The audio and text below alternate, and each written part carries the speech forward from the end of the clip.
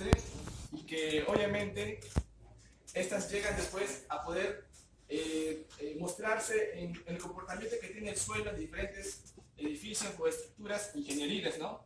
Ahora, la pregunta es cómo se comporta el suelo ante estos eventos sísmicos, ¿no? ¿Qué relevancia o cuál sería el mal que sería para el ser humano si es que no va a haber una buena estructura de edificación? Entonces, el día de hoy yo les voy a hablar acerca de la resistencia a la liquefacción de los suelos a partir de la velocidad de ondas en corte. Entonces, el título del tema tal vez puede ser un poco muy engorroso. Entonces yo le quería partir en temas bien específicos para poder entender en sí el título como algo general, ¿no? Yo he partido primero definiendo resistencia, después liquefacción de los suelos y después las velocidades de ondas en corte, ¿no? Como primero, yo he definido qué son liquefacción de suelos, ¿no? Pero para eso nosotros debemos determinar y saber qué son suelos, ¿no? A veces nosotros entendemos suelos como un concepto, pero no sabemos cómo decirlo, ¿no? Pero suelo denominamos a la parte superficial de la corteza terrestre que proviene de la desintegración o alteración físico-química de las rocas. Y al hablar de rocas, entendemos que los suelos obviamente están compuestos por minerales y de seres vivos, ¿no? Obviamente de flora y fauna. Eso es con respecto a la relación o la definición de suelo, ¿no? Y aquí podemos ver una imagen donde la composición del suelo por diferentes capas, su estratificación después de una serie de años geológicos que van sedimentando, ¿no? ¿Qué es la liquefacción? La liquefacción es el paso de un componente o un objeto de un estado sólido o gaseoso y pasa al estado líquido, ¿no? Entonces, teniendo estas definiciones dos en claras, nosotros vamos a poder determinar o poder saber qué es liquefacción de suelos. La liquefacción de suelos nos dice que, o de la tierra, es el proceso de la pérdida de resistencia de cierto tipo de suelos. Esa palabra clave, ¿no? Pérdida de resistencia.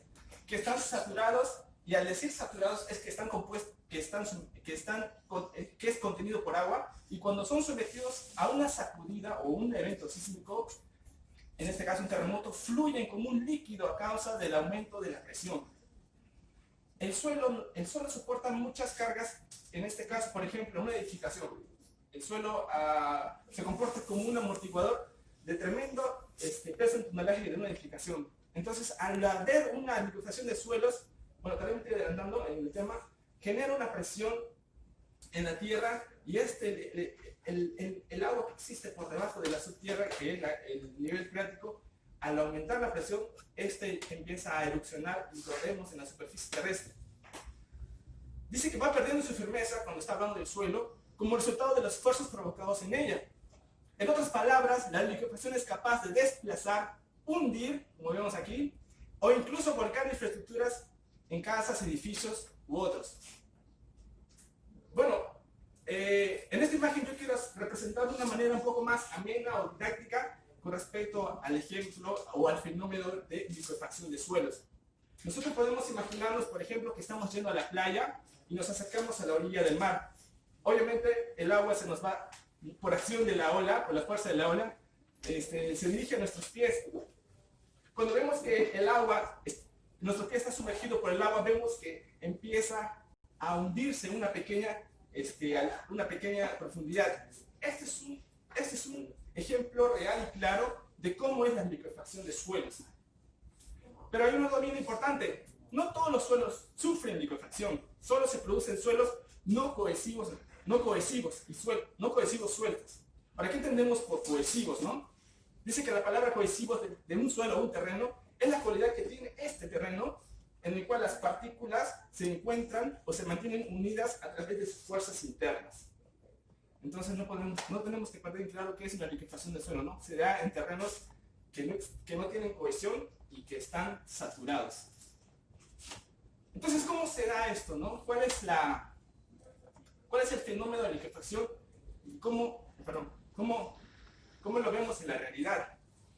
La liquefacción, como hemos dicho anteriormente, ocurre en suelos saturados, en presencia de agua. Durante un temblor de arena se pierde la cohesión. por el aumento de las presiones de diferentes edificaciones o todo lo que soporta el suelo, ¿no?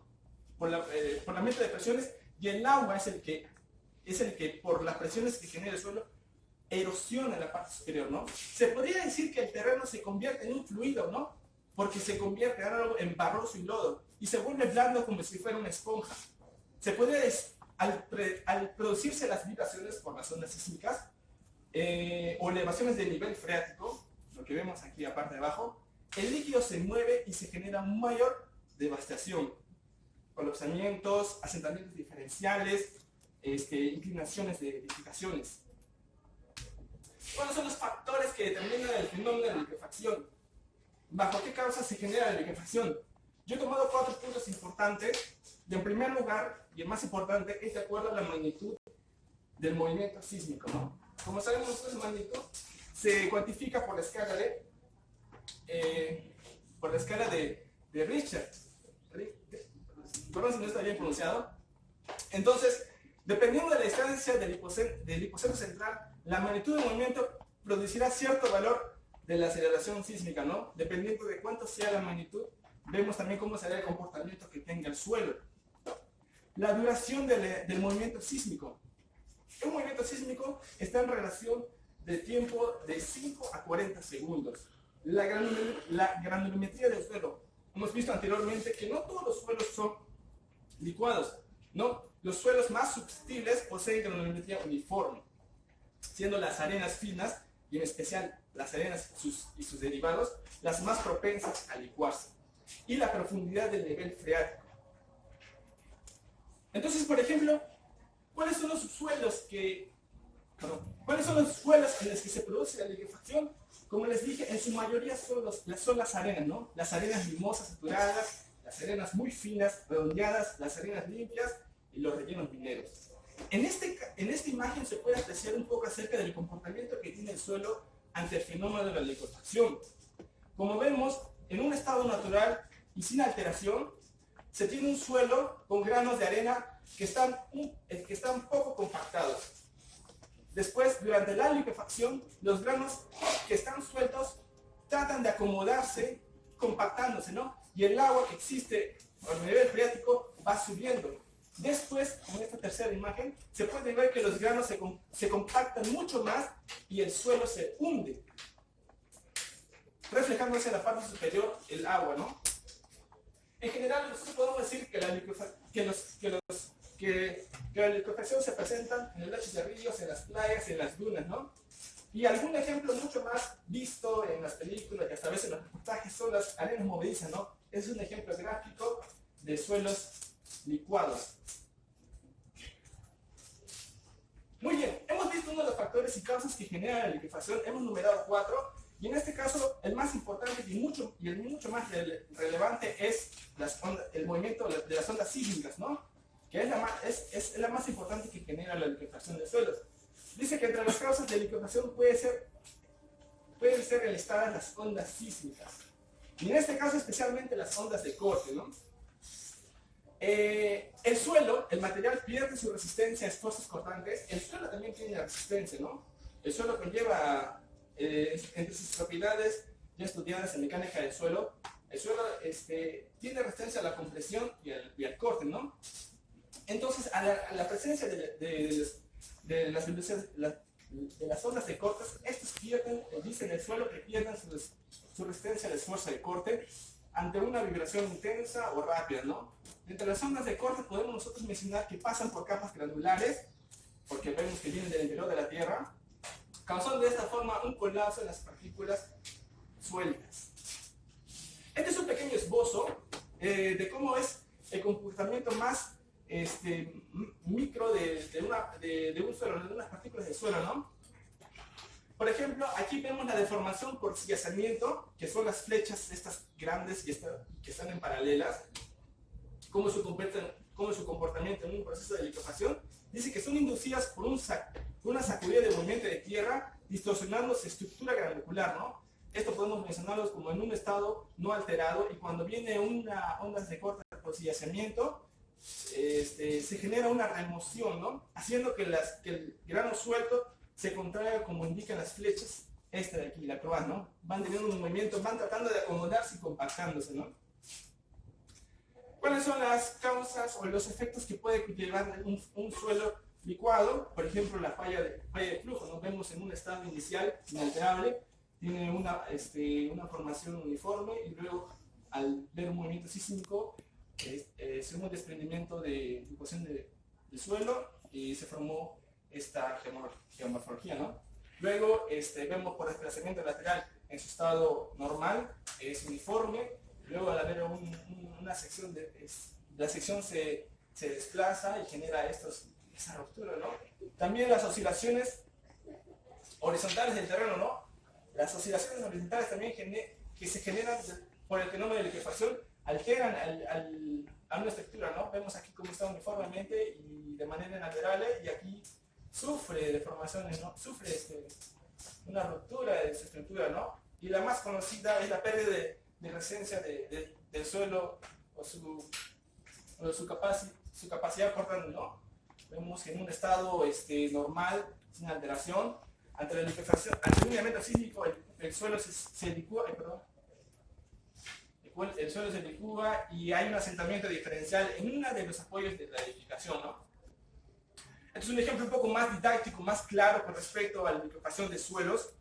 Antes de un evento sísmico, las partículas de suelo se encuentran en este estado, un estado normal, sin alteración. Durante un evento sísmico se genera un movimiento, un acomodo de las partículas del suelo, tratando de acomodarse y compactándose, va generando un desprendimiento del nivel freático, erosionando la superficie terrestre y haciendo que nuestra edificación se incline.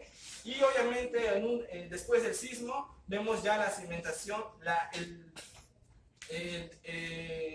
una falla lateral, ¿no? Que tienen, un asentamiento lateral que tiene nuestra edificación, ¿no? El agua es expulsada y es presenciada en la superficie terrestre, ¿no? Y las partículas del suelo se acomodan ya a un estado sin sismo. Muy bien, ya hemos podido un poco hablar y extensamente acerca de la liquefacción del suelo, ¿no? Ahora vamos a poder determinar cuál es la resistencia al corte del suelo, ¿no? Vamos a tratar de unir estos conceptos para poder determinar de manera general qué nos quiere decir el título, ¿no? Cuando hablamos acerca de resistencia del suelo, es cuando una estructura está apoyada en el suelo, ¿no? Hemos visto, les mencioné anteriormente, el suelo se comporta como un soporte de los diferentes tipos de infraestructuras ingenieriles, ¿no?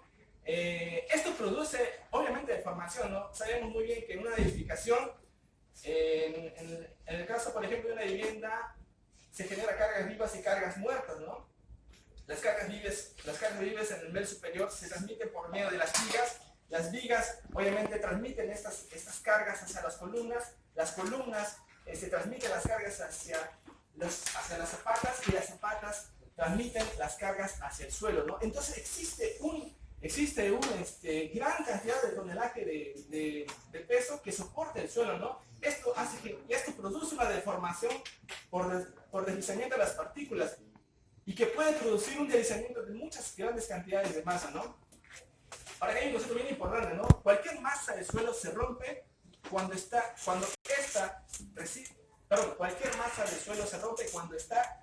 resistencia es superada, ¿no? Lo que vemos en esa imagen de acá.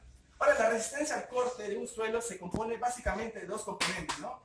La cohesión y el ángulo de rozamiento. Hay que determinar nosotros bajo qué tipo de suelo nos encontramos, ¿no? Estos parámetros de la cohesión y el ángulo de rozamiento los podemos encontrar y nos brinda en un laboratorio de suelo, ¿no? Y el ensayo a tratar es el método de corte directo, ¿no? Es el ensayo que nos brinda estos parámetros que nosotros debemos considerar ante un diseño de cimentación. Ahora, también hay un ensayo mucho más interesante, es el ensayo triaxial, ¿no? El ensayo triaxial también nos brinda estos parámetros de cohesión y el ángulo de rozamiento, pero muy aparte pero a diferencia de un ensayo de corte directo, el ensayo triaxial ya está en el mercado, es un valor de 3 veces más, ¿no? El precio que tiene, ¿no? Entonces, si también nos brinda la misma información, los mismos parámetros, ¿en dónde conlleva la diferencia de precio, ¿no? un ensayo triaxial, muy aparte de los parámetros de cohesión y ángulo de rozamiento, nos brinda información de esfuerzos efectivos, ¿no? Y nos brinda información más relevante acerca de un suelo in situ, ¿no? Considera además, como les dije, aparte de esto, los esfuerzos efectivos, laterales, axiales y de presión de poros, ¿no? Entonces, los ensayos triaxiales más que todo lo utilizamos en obras de mayor envergadura, ¿no? Esos son los ensayos que se generan para poder determinar la resistencia del suelo de corte, ¿no? No les mencioné aquí, pero les doy conocimiento, ¿no? Porque es importante para nosotros como ingenieros civiles, ¿no? Tal vez no tuvimos la oportunidad de poder verlo directamente en laboratorio, pero es indispensable para nosotros conocerlos que existen este tipo de ensayos y dónde hacer nuestras obras, ¿no? Porque tal vez, por ejemplo, queremos hacer una carretera que topográficamente puede ser viable, o sea, puede ser muy atractiva su propuesta, pero tal vez geológicamente no sea la mejor, ¿no? Entonces es indispensable tener estos ensayos, ¿no? De laboratorio. Y como punto 3, las velocidades de ondas de corte, ¿no? Las velocidades de ondas de corte, dice, para determinar las velocidades de ondas de corte, lo más conveniente es recurrir a pruebas de prospección geofísica, ¿no? Dentro de la prospección geofísica hay diferentes tipos de prospección, ¿no? La prospección gravimétricas, la prospección magnéticas, eléctricas y electromagnéticas, ¿no? Y también una de esas están las prospección sísmicas, ¿no? Que en este caso nosotros vamos a mencionar aquí, ¿no? Mediante algunos de los métodos de geofísica sísmica, de las cuales nosotros ya hemos conocido, nosotros podemos determinar las velocidades de ondas de corte, ¿no? Acá hay un dato muy interesante y tal vez nos podrían ubicar en el contexto de cuál estoy hablando. Las velocidades del cuerpo se dividen a su vez en ondas de compresión o primarias, ¿no? Las que conocemos las ondas P, y las de corte, las ondas PS. A su vez, las ondas de superficie se dividen en Love y Rayleigh, ¿no? Estas son las ondas las que más daño hacen a la superficie terrestre y los geotécnicos deben conocer con mucho más énfasis, ¿no? Las ondas de corte y las Rayleigh son las que más, son las de mayor importancia en la geotécnica. Velocidades de ondas de corte, ¿no? La determinación de las velocidades de ondas de corte, perdón, la determinación de las velocidades de ondas de corte tiene multiplicación en la geotécnica, ¿no? ¿Qué es la geotécnica, no? A veces un poco tal vez estoy hablando y no estoy explicando, ¿no? Entonces, por ejemplo, cuando hablamos nosotros de geotécnica es una especialidad de la ingeniería civil que determina las propiedades mecánicas y ingenierías del suelo para poder nosotros determinar cuál es el diseño óptimo que debe tener una cimentación al cual va a ser apoyado un edificio, ¿no? Entonces, eso es más que todo la geotécnica. Bajo la geotécnica nosotros debemos determinar cuáles son las velocidades de corte y esas nos determinan, dice, la determinación del módulo de rigidez al cortante ante pequeñas deformaciones, la elevación potencial de la liquefación de suelos, lo que estamos hablando, y el análisis de asentamientos e interacción de suelo y estructura, ¿no? Por ejemplo, aquí vemos las ondas de superficie, las ondas Love, que tienen un comportamiento más horizontal, y las ondas Rayleigh, que es un comportamiento más oscilatorio. Dice que las ondas de corte se ha determinado en campo por muchos años, como las pruebas de Dunlop y Cross-Hall. Y Cross-Hall. En los últimos 20 años se ha ido popularizando otra alternativa para determinar las ondas de corte, que son, que consiste en medir las ondas de corte de propagación en ondas tipo Rayleigh, ¿no? Este es un pequeño video donde quiero mostrar un poco ya en síntesis lo que hemos podido hablar acerca de la resistencia, de liquefación de suelos y de las velocidades de ondas de corte, ¿no? Entonces, aquí, en esta pequeña maqueta se están mostrando dos tipos de suelos, ¿no? En el cual, en el lado derecho para ustedes es un suelo no cohesivo y en el lado izquierdo es un suelo cohesivo. Ambos están saturados, obviamente al decir saturados están con presencia de agua, en el cual se va a aplicar una vibración inducida para poder determinar cómo es el comportamiento que tienen. Estas pequeñas moldes hacen la analogía de una edificación. Entonces se va a colocar y se va a determinar cuál es el comportamiento que tiene bajo un evento sísmico, ¿no? Vemos que se está generando una vibración sísmica y vemos que en este de aquí hay erosión de agua, ¿no? Es un suelo no cohesivo en el cual bajo las fuerzas horizontales hacen que este suelo vaya compactando y generando presión para que se deposite por medio de la gravedad en el fondo y el agua erosione, ¿no? ¿Cuáles son los resultados ante este fenómeno? Vemos aquí que hubo un asentamiento en uno de los lados de este edificio, ¿no? Como se ve aquí, ¿no? Hubo un asentamiento dentro de los edificios, ¿no?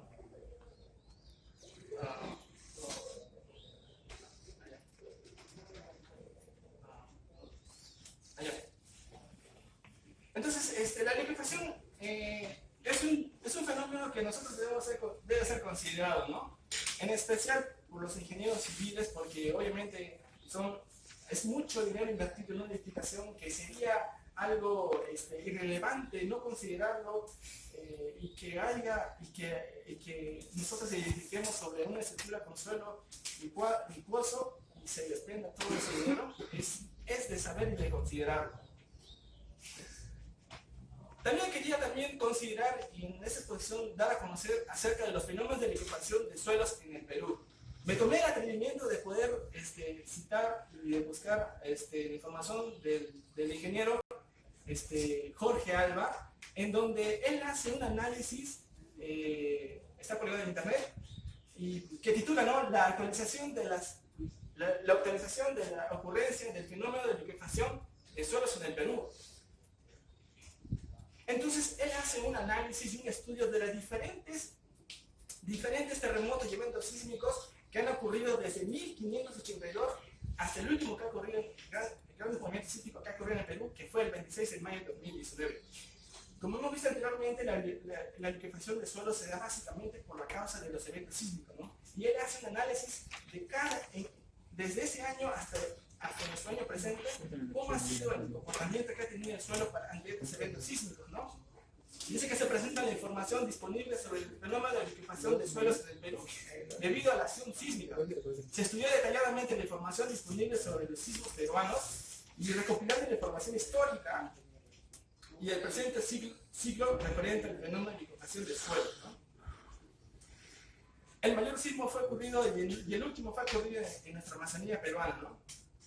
Ahora, me fui un poco más profundo y quise determinar cuáles son los grandes eventos sísmicos que ocurrieron en Tacna, ¿no? Bajo el análisis y la información recopilada por el ingeniero Jorge Alba, ¿no? Y él considera dentro de los terremotos más grandes que han ocurrido desde 1582, el ocurrido en Tacna el 13 de agosto de 1868. Donde el epicentro más grande fue en Arica, ¿no? Un episodio tan grande que hasta se generó un tsunami en la ciudad de Arica, ¿no? Pero ¿cuáles son las repercusiones que tuvo en Tacna? Dice que se reportó que en Sami y en Locumba se perdió gran parte de las cosechas, salió la tierra en trechos en hondas grietas que vomitaba agua. El máximo de intensidad de este sismo fue de 11 en la escala de Mercalli, ¿no? Sabemos que las intensidades se miden en Mercalli. También hubo otro sísmico muy grande en general que se presentó en Tacna, donde el doctor Alba también hace análisis, que fue en el año 2001 y que fue un terremoto de intensidad 8.2. Obviamente que este sísmico se presenció en todo el sur de Tacna, todo el sur de Perú, Arequipa, Moquegua y Tacna, y en donde específicamente en Tacna dice que los sectores ubicados más al sur, como la desembocadura de los ríos Osmori, Locumba y Sama, mostraron evidencias de liquefacción de suelos, con volcanes de arenas alineadas, grietas de ventilación y pequeñas dimensiones, ¿no? Pero la mayor evidencia de liquefacción de suelos, según el doctor Alba, dice que se evidenció en el río Camaná y en la franja costera de entre Majes y Punta Bombón, ¿no? Esto yendo bueno, ese es en Arequipa, ¿no? Camaná, Majes, Magía y Punta Bombón, ¿no? Hay un dato muy interesante también con respecto a la intensidad que hubo, al evento sísmico que hubo en el 2001, ¿no? Esto lo saqué de INDECI, donde dice que la intensidad que se vivió en Tacna fue de 6 a 7 grados en escala Mercalli, específicamente en Cono Sur y en el centro de Tacna, mientras que en Ciudad Nueva y en Alta de Alianza fueron de 7 y 8, ¿no? Lo que muestra una pésima calidad de suelo que hay por esos sectores, ¿no? Bueno, este es un mapa de la publicación del doctor Alba, donde muestra que nuestra región de Tacna es un punto rojo donde hay licuación probable, ¿no? No es una licuación tan pronunciada como se evidenció en la ciudad de Camaná, ¿no? Bueno, en el análisis que él hace con respecto a la historia de los eventos sísmicos con relación a la licuación del suelo, él llega a concluir que existe una mayor incidencia de dichos fenómenos en la costa de nuestro territorio peruano, y en específico en la ciudad de Moyobamba, ¿no? en la Amazonía peruana, que presentaron las intensidades más altas, ¿no? Durante los últimos años se han incrementado la sismicidad en las zonas nororientales del Perú, las zonas amazónicas. Dice que se ha incrementado, observándose la recurrencia de fenómenos de liquefación. Para terminar, y ya sigue la exposición, se puede predecir la liquefacción de suelos. Es algo que tal vez nosotros nos llevamos imaginando, tal vez da la alternativa de solución, ¿no? ¿Es posible predecir la liquefacción de suelos? Claro, es posible. Nosotros podemos identificar las áreas de posible